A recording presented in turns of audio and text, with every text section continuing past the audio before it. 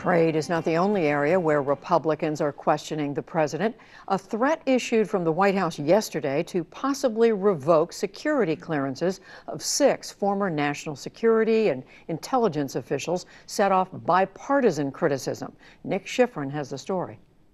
On Air Force One this evening, a White House spokesperson said the president has begun to, quote, begun the mechanism to revoke the clearances. The half dozen targeted have all been critical of the president.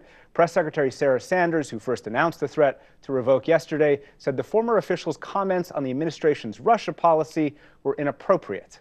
Today, Speaker of the House Paul Ryan said this about President Trump's motives. I think he's trolling people, honestly. And to talk about this, I'm joined by Jeffrey Smith, former general counsel for the CIA and former general counsel for the Senate Armed Services Committee. Jeffrey Smith, is it appropriate for the White House, for the president, to revoke or to threaten to revoke former national security officials' clearances? No, it's not. Inappropriate is too weak a word in my view. I can understand why the president is angry, but the way to respond is to respond with a factual response, not to seek to intimidate and bully those who have spoken out against him. Former officials who've devoted their lives to this country, they do not deserve to be treated this way. They have their right to speak, and it's highly inappropriate for the president to seek to intimidate or bully them. What's the impact of this kind of threat, not only on these former officials, but is there any impact on current intelligence officials who might brief the president or in the White House? Yes, I think there is. It injects an element of fear in the system.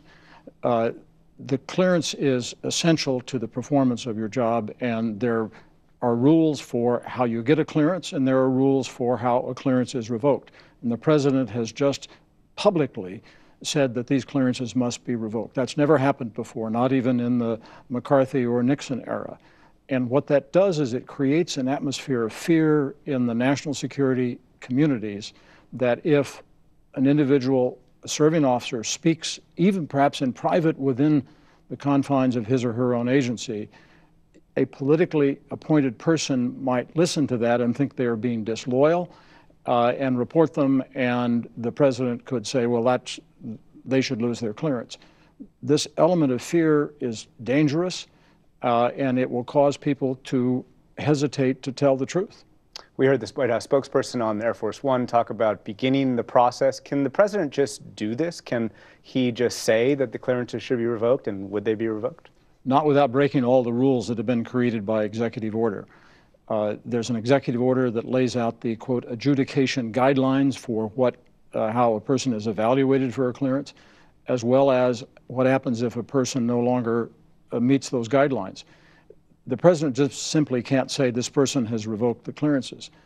If that's what he thinks should happen, then he should issue a new regulation that says anyone who speaks and is critical of the policy of the government no longer is entitled to a clearance. On the other hand, doesn't the administration have a point?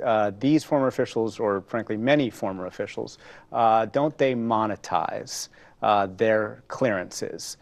Don't they use the clearances that they got in government in order to get private sector jobs? Doesn't the administration have a point there?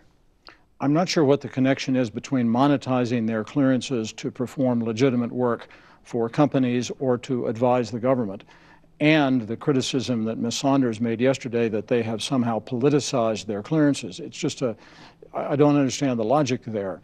It is certainly true that when you leave the government, you have a continuing obligation to protect classified information. If you disclose it, it's a crime. If you do any of the other things that could cause you to lose a clearance, alcoholism, drug abuse, financial problems, and so on, you could lose a clearance. But not for speaking your mind, not for criticizing the president, particularly by former officials.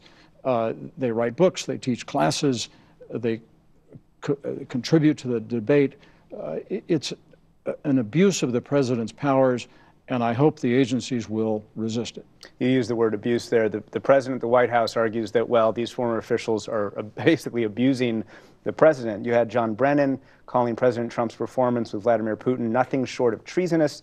Jim Clapper compared the president to a Russian intelligence asset. I mean, is that appropriate for senior officials? Is that language that's appropriate for senior officials to use? I will leave to them whether it's appropriate. I understand their concern about what the president is doing. My point simply is that the president's response should not be to seek to revoke their clearances, but he should respond in kind by saying, what you say is not true. But many of his responses, it seems to me, ring hollow. His actions with respect to Russia are not consistent with, in my judgment, what really should be American interests, and it's inexplicable. And these are officials who worry terribly about this country and what he is doing. Jeffrey Smith, thank you very much.